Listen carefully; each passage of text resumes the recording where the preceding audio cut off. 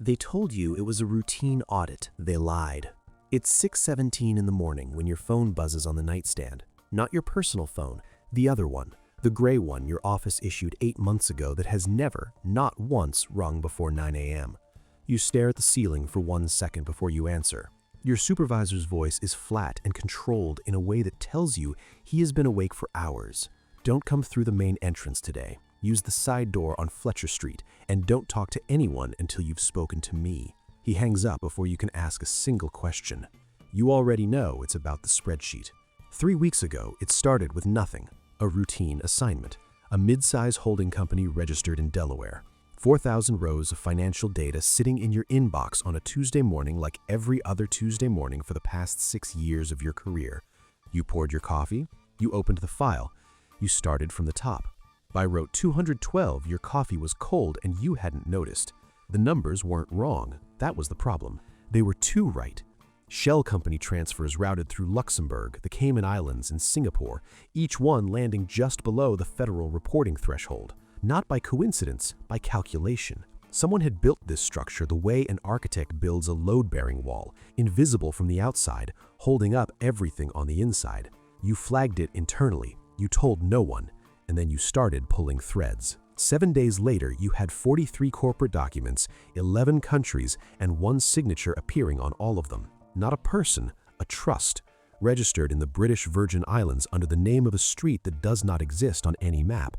But behind that trust was a director, one man, moving between jurisdictions like a ghost, leaving behind perfect paperwork and zero taxable income despite controlling billions in assets. You requested a meeting with your supervisor. You showed him 3 pages. He looked at them for a long time without speaking. Then he looked at you. Then he told you, quietly, carefully, like he was choosing every word, to document everything and discuss it with no one on the floor.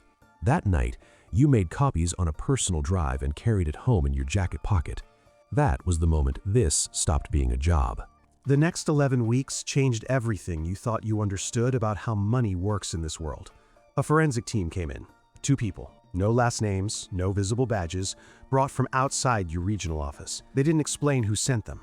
They didn't need to. What they showed you on a whiteboard in a windowless room on the 4th floor reframed every assumption you had ever made about financial crime. This was not one company hiding profits from the government. This was an ecosystem. 47 interconnected entities across 4 continents. Retail chains, logistics companies, pharmaceutical distributors, all feeding into 3 primary holding structures that funneled capital into sovereign wealth instruments. Untouchable on the surface, perfectly documented, completely legal in appearance, except for one thing.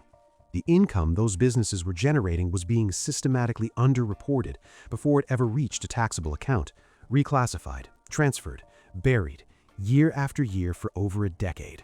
The number they wrote on the whiteboard was $1.3 trillion. You stood in that room and felt the weight of a number you had never seen written outside of a macroeconomics textbook. Then they showed you the names behind it. Not executives, not just offshore bankers running clever schemes. The beneficial ownership documents, the real ones, hidden inside a legal trust structure that took 3 weeks of forensic accounting to untangle, connected directly to individuals with active political power in 6 countries, former cabinet members, current regulators, at least one name you recognized from a financial oversight committee specifically designed to prevent exactly what you were looking at. The system that was supposed to catch this was run by someone inside it. You stood very still and said nothing. That night, the small things started. A car outside your building, same model, same position, 2 mornings in a row. An email in your work account marked as read that you had never opened. Nothing you could prove, nothing you could report without sounding paranoid, but you stopped discussing the case on any network device. You started writing notes by hand on paper you kept at home. You moved the personal drive from your jacket to somewhere they would not think to look. You told yourself you were being careful. What you were actually being was afraid. Your forensic contacts filed a sealed preliminary report through channels above your visibility. You were told the case was escalating through the appropriate chain. You were told to return to your standard caseload. You were told, in the careful, polished language of someone who has delivered this message before, that you had done your job and done it well. 3 months later, a mid-level executive connected to one of the 47 entities was arrested. Minor securities violation. 4 paragraphs in the financial press. No mention of the network, no mention of the trust structure, no mention of the $1.3 trillion sitting in a sealed report somewhere above your pay grade. You read the article twice standing in your kitchen. Then you put your phone down and looked out the window for a long time. You still come in at 8:30. You still open spreadsheets. You still do the work the same way you have always done it. But something behind your eyes is different now, and you can feel it every time a number looks too clean, or a filing lands just below a reporting threshold, or a corporate name appears in 2 places it has no reason to appear. You know what invisible looks like now. You know that the most dangerous thing in the world is not a number that's wrong, it's a number that's perfect. The gray phone is on your desk. It hasn't rung since that morning on Fletcher Street. Your supervisor hasn't mentioned the case in 11 weeks. The drive is still where you hid it. The sealed report is still sealed, and somewhere in a server you will never have access to, a spreadsheet is open. Row 212, waiting for someone to look closely enough. The question is whether that someone is still you, or whether you already know too much to be useful and not enough to be safe.